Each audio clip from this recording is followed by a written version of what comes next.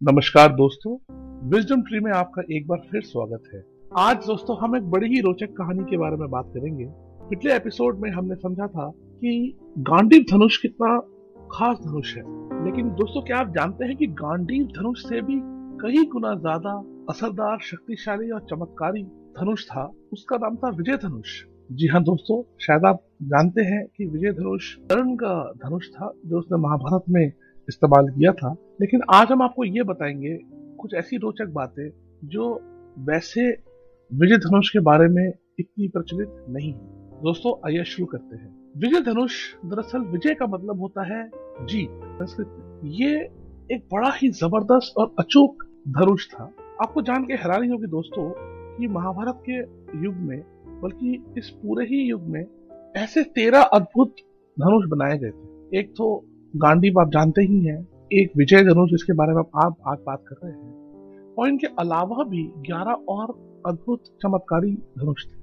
हर धनुष की अलग खासियत थी और आने वाले एपिसोडों में हम हमको उनके बारे में भी बताएंगे। तो विजय धनुष दरअसल भगवान विश्वकर्मा ने बनाया था भगवान शिव जी के लिए। तारकासुर के बेटों ने एक नगरी बसाई थी त्रिपुरा करके। वहां पर बहुत सारे राक्षस रहते थे और वो रोज ही स्वर्ग की तरफ हमला कर देते थे। बहुत बार देवता वगैरह हार गए उनसे, देवगण बहुत हारे, कई बार हारे, पलायन करना पड़ा। तब जाकर के उन्होंने शिव जी के पास आश्रय लिया। शिव जी ने विश्वकर्मा भगवान को एक अचूक धनुष बनाने के लिए कहा, जिस पर कि वो अपना महान शस्त्र पाशुपतास्त्र संधान कर सके। दोस्तों पाशुपतास्त्र अस्त्र जो है वो शिव जी का सबसे महान अस्त्र है और पाशुपतास्त्र अस्त्र की मारक क्षमता अद्वितीय है। भगवान विश्वकर्मा ने, जो कि एक सेलेस्टियल आर्किटेक्ट की तरह जाने जाते हैं, उन्होंने ब्रह्मांड का सबसे चमत्कारी धनुष बनाया, विजय धनुष।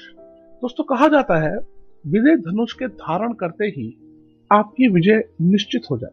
भगवान शिव ने विजय धनुष को इस्तेमाल करके अपना पाशुपतास्त्र अस्त्र छोड़ा और पूरी की पूरी त्रिपुरा नगरी नेस्तनाबूद कर दी। ये हो जाने के बाद शिव जी ने ये धनुष को इंद्रदेव को दे दिया, ये कह करके कि आने वाले संकटों में वो इसका प्रयोग कर सकते हैं और सभी देवताओं की रक्षा कर सकते हैं। इंद्र ने बहुत सारे युद्धों में विजय धनुष का प्रयोग करा और बहुत सारे असुरों से युद्ध में विजय प्राप्त करी। दोस्तों एक वक्त तो ऐसा आ गया था कि सारे असुर इंद्रदेव से नहीं, उस विजय धनुष से डरा करते थे और स्वर्ग की तरफ कूच नहीं किया करते थे। कई हजार सालों के बाद ये विजय धनुष इंद्र ने परशुराम जी को दे दिया था। परशुराम जी को इसलिए दे दिया था क्योंकि पृथ्वी पे क्षत्रियों ने बहुत ही ज्यादा पाप करने शुरू कर दिए थे, अन्याय करने शुरू कर दिए थे, और परशुराम जी ने तकरीबन 21 बार धरती को क्षत्रिय विहीन ही कर दिया था। बस बहुत थोड़े से क्षत्रियों को छोड़ करके उन्होंने पूरी भूमि को वापस जीत करके ब्राह्मणों में बांट दी। इतनी जबरदस्त युद्ध के लिए परशुराम जी को ऐसा विजय धनुष आवश्यक है। दोस्तों विजय धनुष के कुछ बहुत ही रोचक तथ्य है। एक तथ्य तो ये है कि जो विजय धनुष था उससे एक वक्त पे कई सैकड़ों बाण एक साथ छोड़े जा सकते थे। वो बाण मैकेनिकल भी हो सकते थे, स्पिरिचुअल भी हो सकते थे और एटॉमिक भी हो सकते। ये 3 तरह की शक्तियां रामायण और महाभारत दोनों में ही बताई गई है, जो कि एक बाण को चलाने के लिए उसकी प्राण प्रतिष्ठा में काम आते थे, यानी कि उसके बेसिक फ्यूल थे जिस शक्ति से वो बाण चला करते। विजय धनुष की एक खासियत और थी दोस्तों कि जो भी उसको धारण कर पाता था और कर लेता था, वो उसके चारों तरफ एक अदृश्य और अभेद्य घेरा बना देता था। दोस्तों ये इतना जबरदस्त घेरा था कि ब्रह्मास्त्र भी इसको भेद नहीं सकता। तो बेसिकली जिसके भी हाथ में विजय धनुष होगा उसकी विजय तो निश्चित ही थी। जब परशुराम जी ने 21 बार क्षत्रियों का संहार कर दिया था और उन्होंने संन्यास ले लिया था, तभी उनके पास कर्ण पहुंचे थे। कर्ण एक बहुत ही अनुयायी और एक प्रतिभावान शिष्य के रूप में उन्होंने उनकी बहुत सेवा करी।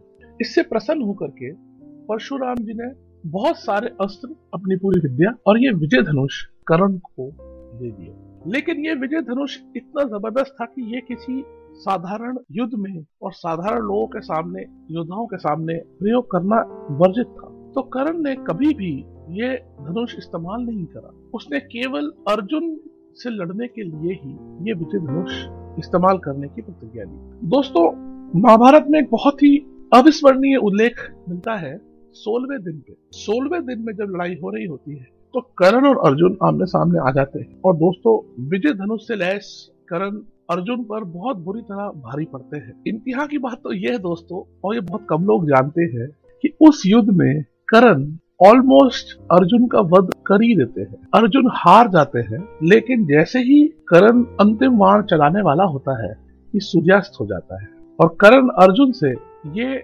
चुनौती देकर कहते हैं कि अर्जुन वापस जाए और अपने घावों पर स्नेह लेप लगाए और पुनः अगले दिन अपने मृत्यु के लिए तैयार हो जाए। 17वें दिन को जबकि कर्ण सेनापति होते हैं कौरवों के, कर्ण और अर्जुन सामने आमने आते हैं और घमासान युद्ध होता है। और जैसे कि हम सब जानते हैं और श्री कृष्ण भी जानते थे कि कर्ण को विजय धनुष को हाथ में रखकर के तो हराया ही नहीं जा सकता, इसी वजह से उन्होंने तब अर्जुन से बाण चलाने को कहा जब कर्ण ने अपना विजय धनुष रथ पर छोड़ दिया था और अपना रथ का पहिया नीचे से वो जमीन से निकालने गए। दोस्तों, आपको ये हमारी कहानी कैसी लगी ये हमें कमेंट सेक्शन में जरूर बताइएगा।